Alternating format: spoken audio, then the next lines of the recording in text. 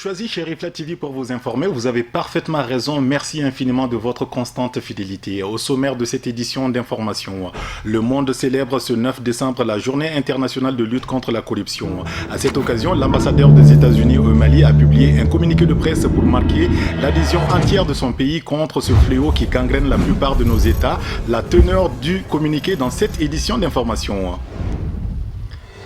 Personnalité influente et charismatique dans le milieu religieux et non moins maire de la commune rurale de Wankoro, Cheikh Harouna Sankaré a effectué ce jeudi après-midi une visite au personnel de la radio La Voix du Citoyen 6 à Kalabankoro à Deken. Une démarche noble pour une cause bien citoyenne.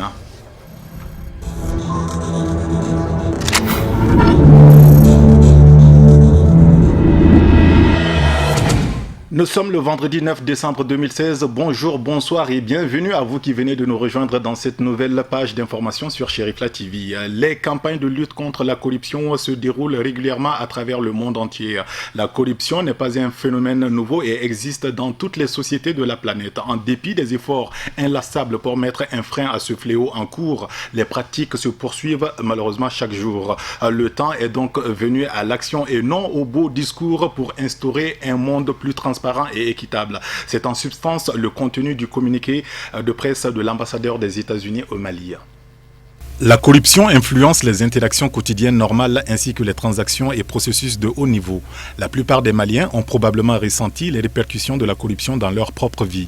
Il y a des mesures qui peuvent être prises pour limiter cette mauvaise influence. Je suis heureux de voir que la communauté internationale a récemment appelé directement le Premier ministre du Mali à prendre des mesures contre les fonctionnaires corrompus. Le président Ibrahim Boubacar Keïta a également déclaré depuis le début de son mandat que le gouvernement malien rendra la lutte contre la corruption plus efficace. Les bailleurs de fonds internationaux réagiront favorablement aux actions sérieuses de lutte contre la corruption à tous les niveaux et les citoyens maliens attendent de même de leur propre gouvernement.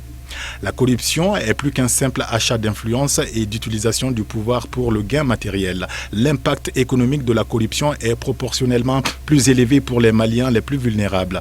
Les citoyens les plus démunis, les petits commerçants, les femmes, les jeunes et les passagers sur les routes. Le coût de la corruption, les pots de vin aux agents en uniforme peuvent couramment atteindre 20% du coût des affaires pour les transports de céréales ou de bétail entre les marchés de collecte, distribution et les postes frontaliers au Mali. De plus, la corruption entraîne une perte systémique de confiance des commerçants, des transporteurs et du public malien en général dans le système judiciaire et les hommes politiques. Cela découle de la conviction que le système judiciaire et les politiciens sont corrompus et que les procès sont décidés sur la base de pots de vin et non sur les faits. L'administration Obama a fait de la lutte contre la corruption un élément clé de son programme de démocratie et a renforcé les efforts déployés à l'échelle du gouvernement pour prévenir et combattre la corruption, tant sur le plan national qu'international. Les États-Unis ne sont pas exempts du fléau de la corruption. Cependant, à travers la promulgation de la loi sur les pratiques de corruption à l'étranger, FCPA, notre nation montre l'exemple en luttant contre la pratique de corruption de fonctionnaires étrangers, en refusant l'entrée de fonctionnaires étrangers corrompus aux États-Unis et en condamnant les auteurs d'infractions de corruption et leurs biens mal acquis tant au pays qu'à l'étranger. Les avocats américains qui intentent une action en justice dans le cadre du FCPA incitent non seulement les entreprises américaines à mettre en place des programmes de conformité dans le déroulement normal de leurs affaires, mais servent aussi de modèle pour les organismes de répression des autres pays. Nous continuerons de travailler pour renforcer le système de justice du Mali, former les agents chargés de l'application de la loi et construire les institutions avec les partenaires engagés à réduire la corruption généralisée. Nos programmes se focaliseront non seulement sur la bonne gouvernance, mais aussi sur les causes et les facilitateurs de la corruption. Mais les politiques de lutte contre la corruption ne valent que par la volonté politique de les faire respecter et la capacité des citoyens à responsabiliser leurs gouvernants. Ce combat n'est pas seulement une lutte morale pour les sociétés plus ethniques et plus justes. C'est un combat économique pour des systèmes responsables, équitables et transparents qui permettent la croissance économique. C'est un combat que nous devons mener ensemble à la fois au sein de nos frontières et aux côtés de nos partenaires internationaux pour protéger notre croissance économique et notre stabilité, notre sécurité et notre avenir. Voilà, dans le communiqué que nous venons de vous livrer, il est mentionné que le président du Mali, son Excellence Ibrahim Boubacar Keïta, lors de son investiture, a placé son mandat sous le signe de la lutte contre la corruption. Cela témoigne de façon éloquente de l'importance que les autorités maliennes accordent à ce phénomène qui constitue en réalité un frein au développement. Aujourd'hui, nous sommes allés à la rencontre de nos concitoyens pour nous dire ce qu'ils pensent de la corruption au Mali. Ousmane Sogoré et Samba Traoré pour les propos. La première cause principale de la corruption, c'est la pauvreté d'abord. Malheureusement, même s'il y a la pauvreté, il y a une dignité que nous devons préserver. La dignité de l'homme. Lorsque l'homme sait déjà qu'il doit avoir une certaine chose dans la vie sans pourtant travailler, voilà, nous sommes amenés sur ce terrain. C'est-à-dire que le terrain de la corruption, avoir quelque chose dans la facilité. La facilité, c'est la facilité. Mais voilà aujourd'hui, si nous regardons autour de nous, quelqu'un qui a un salaire, je prends par exemple un fonctionnaire, il a un salaire généralement dans le milieu du secteur public. Il y a un fonctionnaire par exemple qui a un petit salaire, mais aujourd'hui on le voit en moins de 2 ans, il a des étages. On doit se poser la question. La cause d'abord, c'est primo d'ordre juridique, d'ordre social et d'ordre économique. Donc je viens en arrière, d'ordre économique. Ça c'est dû d'abord au fait que les gens sont mal payés. Le niveau des salaires, ça c'est un. Deux, c'est l'impunité. Les gens font ce qu'ils veulent sans impunité. Et d'ordre social, par des affinités, les liens de parenté, les liens d'amitié, ainsi de suite. Bon, pour lutter contre ça, il faut combattre l'injustice, l'impunité. Il faut des institutions qui sont à la hauteur, des personnes qui sont à la hauteur, qui sont aptes à lutter et qui ne regardent pas de gauche à droite les affinités. La corruption est un problème à double visage. D'un côté, il y a le corrompu, de l'autre côté, il y a le corrupteur, il y a le corrupteur. En fait, la corruption est un frein au développement. Ça retarde le développement sous tous ses aspects. Combattre ce fléau est vraiment une nécessité pour ouvrir les perspectives aux nouvelles générations. La corruption est un phénomène très dangereux pour un pays. Mais je vais vous donner la définition de la Banque mondiale de la corruption. Qu'est-ce que la Banque mondiale dit? C'est la corruption. La Banque mondiale dit que la corruption est le fait d'utiliser sa position de responsable public au service public à des fins personnelles.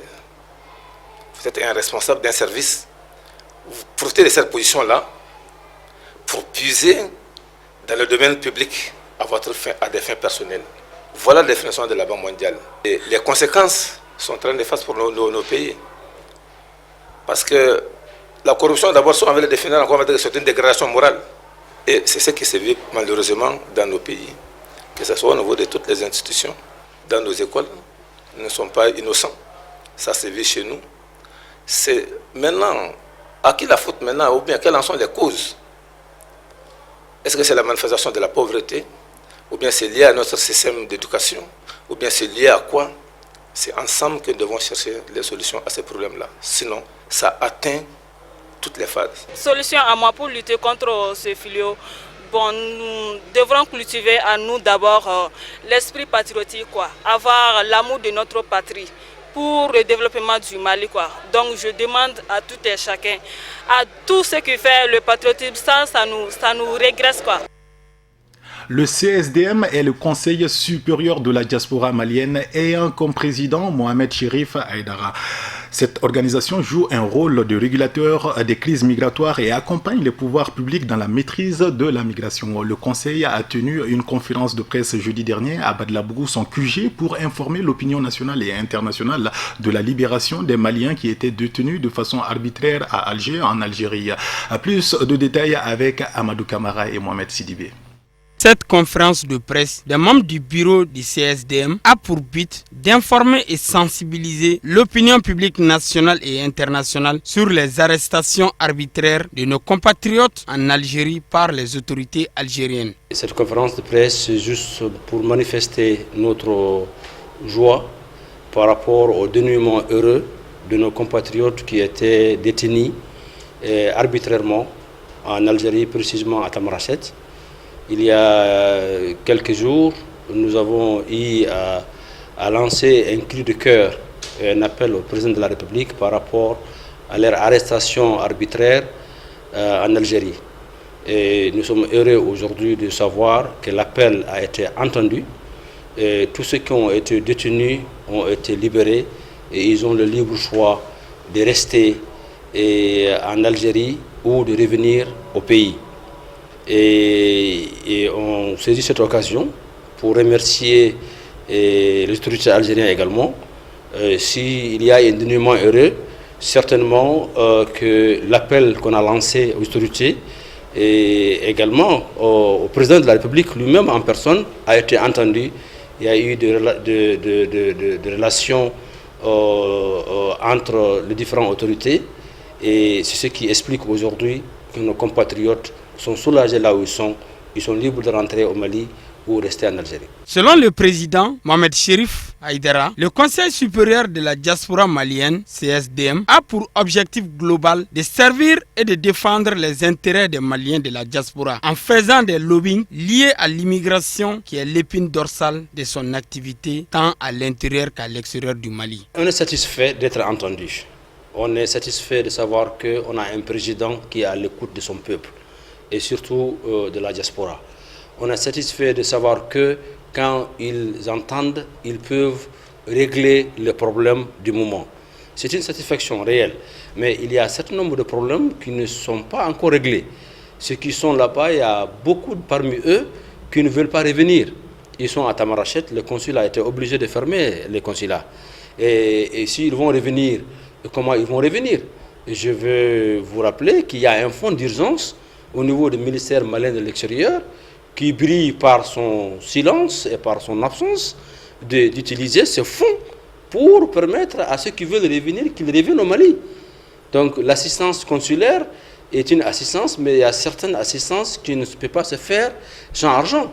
Donc l'argent qui est là, payé par les contribuables maliens pour servir les Maliens de la diaspora, doit être mis à leur disposition pour leur permettre de rentrer ceux qui veulent rentrer ou assister ceux qui veulent retourner en Algérie dans leur travail de retourner.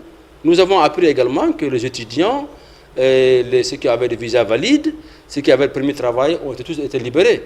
C'est une très bonne chose. Mais il y en a d'autres parmi eux qui n'ont pas ces documents, qui veulent retourner, continuer à travailler.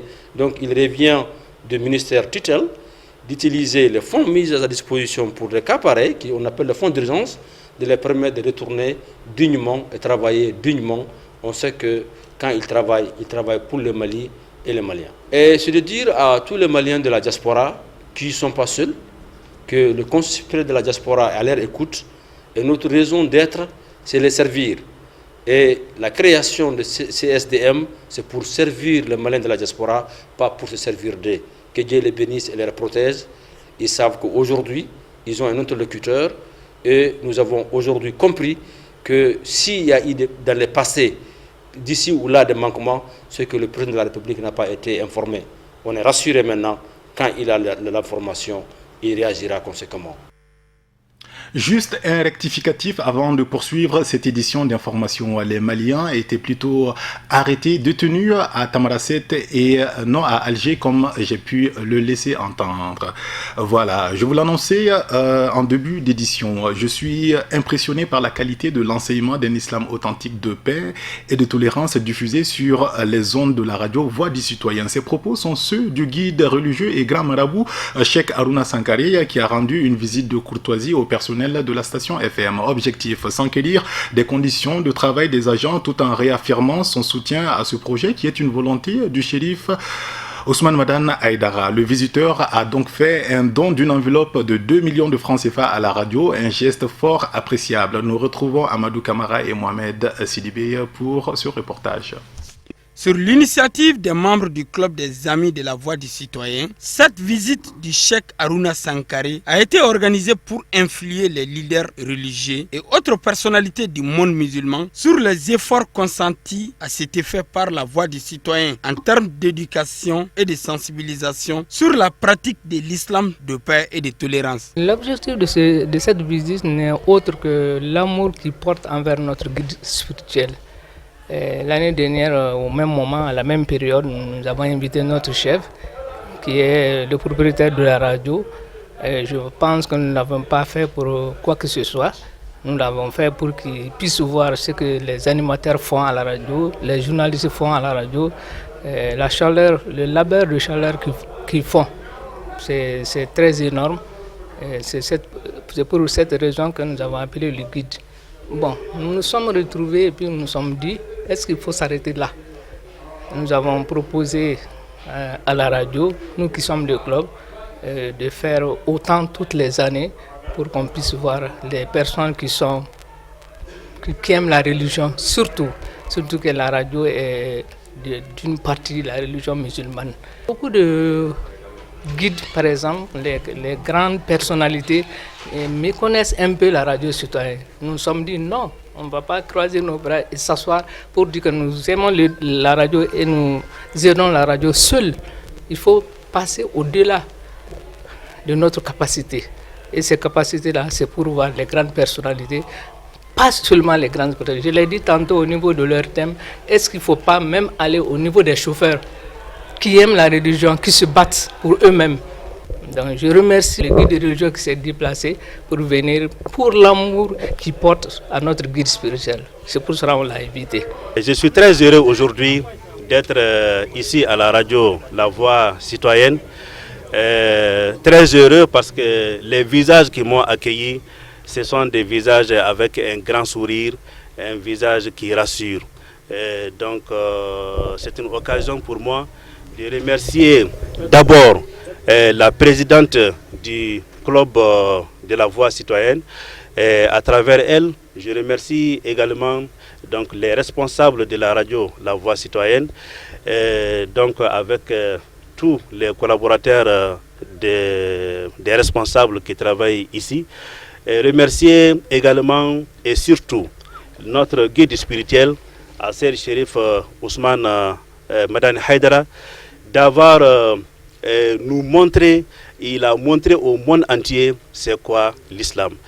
Donc Chérif Ousmane Madani Haïdara est une bénédiction pour le Mali, est une bénédiction pour le monde musulman.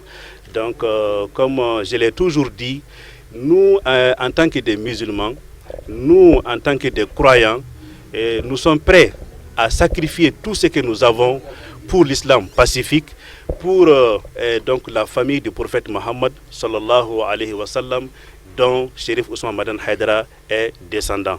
Cette radio La Voix Citoyenne est une radio qui a été fondée par lui-même.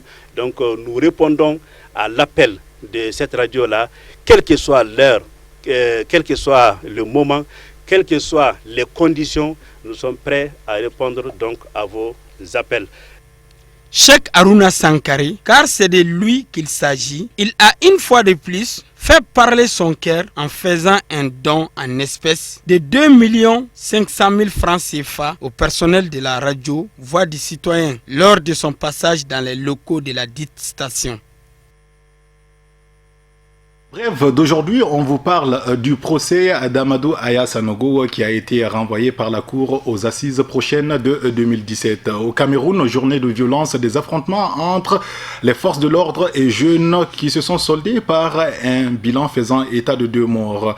Puis, à 10 jours de la fin du mandat de Joseph Kabila, d'ultimes négociations entre la majorité et l'opposition ont démarré en vue de trouver une issue à la crise politique qui secoue la RDC. Puis, nous terminerons par les dernières révélations d'Edward Snowden, qui est ex-consultant de la NSA. Et le tout est commenté par Khadija Kiteya.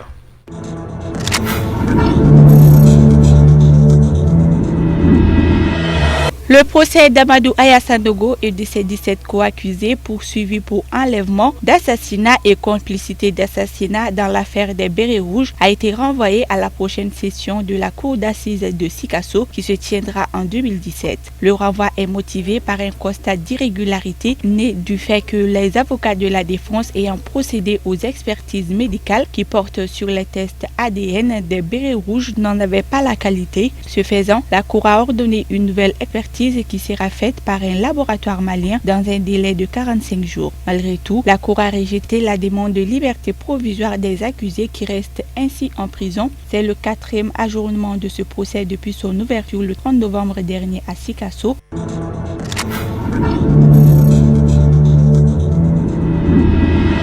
En République démocratique du Congo, la majorité présidentielle et l'opposition ont entamé jeudi à Kinshasa des négociations sur le processus électoral, mais des points de discorde apparaissent déjà. L'opposition reste intransigeante sur sa demande du respect de la Constitution par le président Joseph Kabila, dont l'opposition exige le départ à l'expiration de son mandat dans quelques semaines. Du côté de la délégation de la coalition au pouvoir, la position est tout autre. La majorité présidentielle souhaite en effet voir le président Joseph Kabila rester à la tête du pays au-delà de l'expiration de son mandat le 19 décembre prochain. Malgré ces déclarations peu rassurantes, les évêques catholiques ne désespèrent pas pour autant de voir les acteurs politiques congolais parvenir à un accord. Ces pourparlers sont censés éviter au pays de sombrer dans le chaos après l'ultimatum fixé par l'opposition radicale au président de quitter le pouvoir à l'expiration de son mandat. Ce qui semble peu probable au vu de l'accord signé en octobre dernier entre la majorité présidentielle et une partie de l'opposition pour une gestion consensuelle du pays jusqu'à l'organisation des prochaines élections dont la date n'a pas encore été fixée.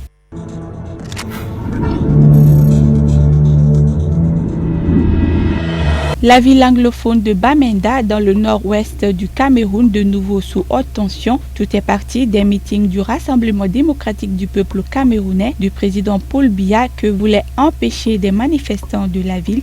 Il s'agissait pour le RDPC de demander aux enseignants de Bamenda de reprendre le chemin des classes alors que les cours ont été interrompus depuis le 21 novembre dernier à la suite d'une grève. Des affrontements ont alors éclaté entre la police et les manifestants, causant 2 morts selon la télévision d'État et 4 morts selon l'opposition. La ville anglophone de Bamenda est sujette depuis des semaines à des manifestations qui ont souvent dégénéré. Fin novembre, des violences avaient fait 1 mort.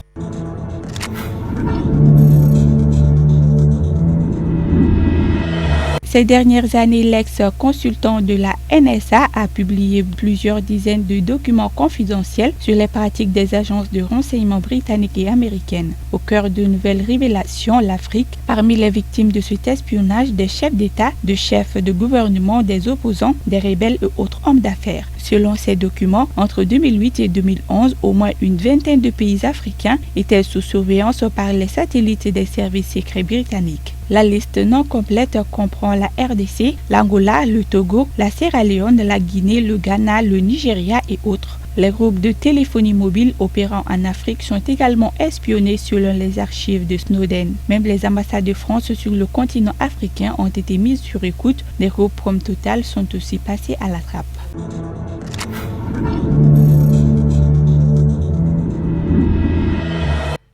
Voilà qui met donc un terme à cette édition d'information que nous vous remercions d'avoir suivi. À 21h, vous avez rendez-vous avec Moussa Fomba pour la présentation du bulletin d'information en langue nationale d'Amanakan. Excellente suite de programme et restez fidèles à Chérifla TV. Merci, à très bientôt.